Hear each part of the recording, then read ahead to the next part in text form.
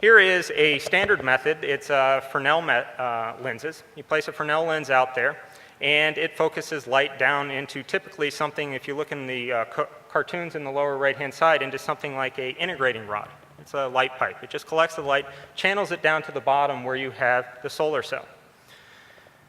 Now you have to worry about the optical efficiency as a function of the size of the solar cell, and that's shown in the graph there.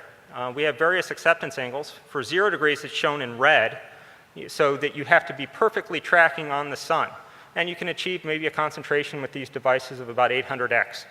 However, if you need to build some tolerances in there, the black curve is about a 1.2 degree acceptance angle. And as you change this focal length to the size of the Fresnel optic, or you're changing the F number of the system, you lose efficiency.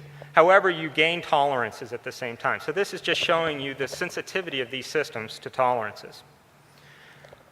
In recent years, we've been looking at freeform concentrators. Freeform means that they have no rotational or linear symmetry. In this example that I've shown here from a Boeing LPI project, we have a freeform mirror.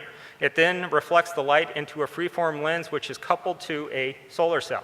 This is achieving about 1000x. So what you would say is you have 1,000 suns on the solar cell. In the lower left-hand corner, you see an array of these. You have each one of the modules, and then they're arrayed up. This is what the freeform lens looks like. By no means is it spherical. It's a freeform optic. It's non-imaging. You would not be able to see an image through this device. When they use this in the field, they're obtaining about a 31% efficiency with this device. Here's another example that uses the Fresnel lens that I talked about, but rather than using the integrating rod, because one thing that we find with these multi-junction cells is that their efficiency deteriorates if you do not have a uniform irradiance on the solar cell. In this example, what I've currently shown is we have a rotationally symmetric, a conic lens, and you get this peaked irradiance distribution. That's the spatial distribution across the cell.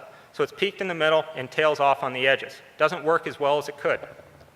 What we do is we bring this freeform optics in.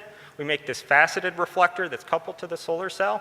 That then gives us a nice irradiance distribution. It's nice and uniform at the expense of easier fabrication of the device. And this is what it looks like when fabricated.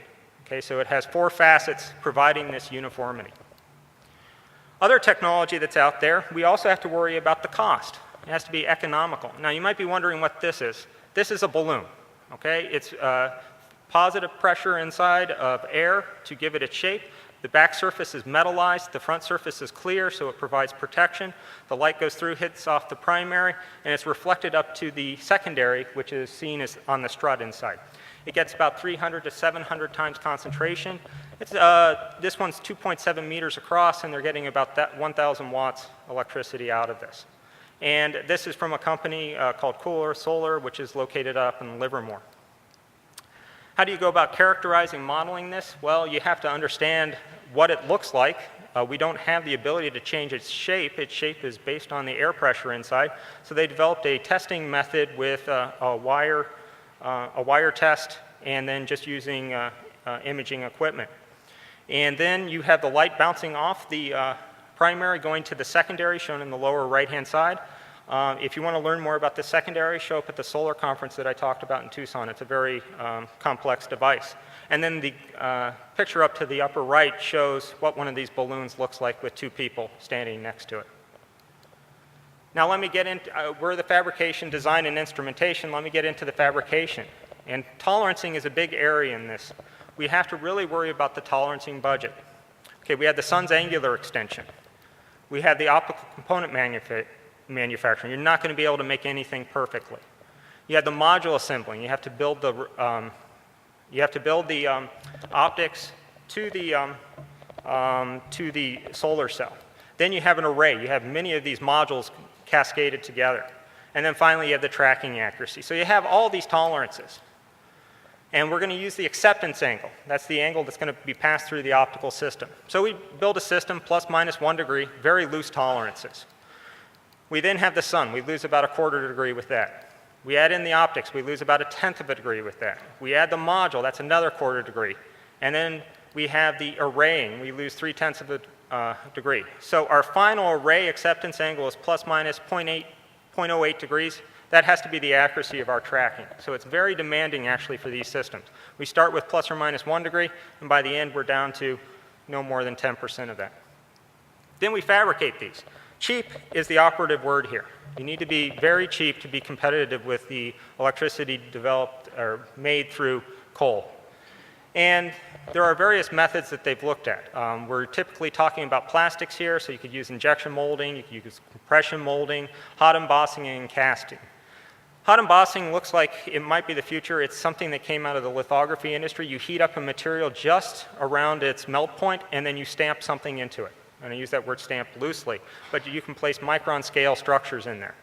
And it can be done in minutes. There are no stresses in the material, and the optical quality is excellent.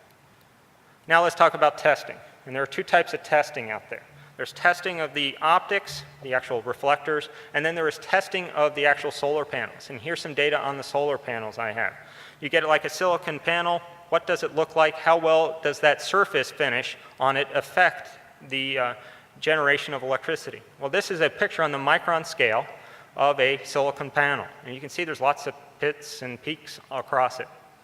They have found that they get about a 17% variation in performance just due to that texturing. What does its surface look like? And there are some scans there of the surfaces for a silicon panel. And it very depends on how you texture it, how you etch it or something like that. And they're only achieving ultimately about a 20% efficiency in these devices. So we really need to understand the cell texturing. One solar panel, here's a silicon solar panel, 4 places. These are the textures, highly different across the panel. Okay, so we're really worried about that. Which one is best?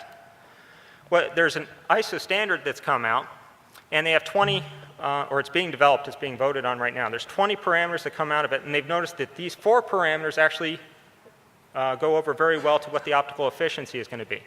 The bottom one, the surface skewness, it's really the amount of peaks versus valleys, or how many peaks you have to valleys across the device. Here's a picture of some various samples. The large number at the top indicates how many milliwatts are being created